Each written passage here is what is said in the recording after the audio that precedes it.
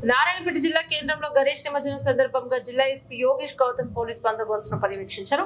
జిల్లా కేంద్రంలోని మెయిన్ చౌక్ నుండి సరఫ్ బజార్ మరియు గుడ్లక్ కమాన్ బహార్పేట్ పల్లా హనుమాన్ దేవాలయం వరకు పాట్రోలింగ్ చేస్తూ భద్రత ఏర్పాట్లను పరిశీలించి బందోబస్తు నిర్వహించిన అధికారులు భద్రతా అవసరమైన సూచనలు ఇవ్వడం జరిగింది. ఈ సందర్భంగా ఎలాంటి ఇబ్బందులు లేకుండా చూడాలని, ట్రాఫిక్ డైవర్షన్ చేయాలని విధుల్లో ఉన్న పోలీసు అధికారులు సిబ్బంది సంయమనం పాటించాలని అధికారులకు సూచించారు. ఎస్పీతో పాటు DSP N Lingaiah, DCRB DSP Mahesh, SBCI Ramlal, SI Venkateswarlu police సిబ్బంది ఉన్నారు.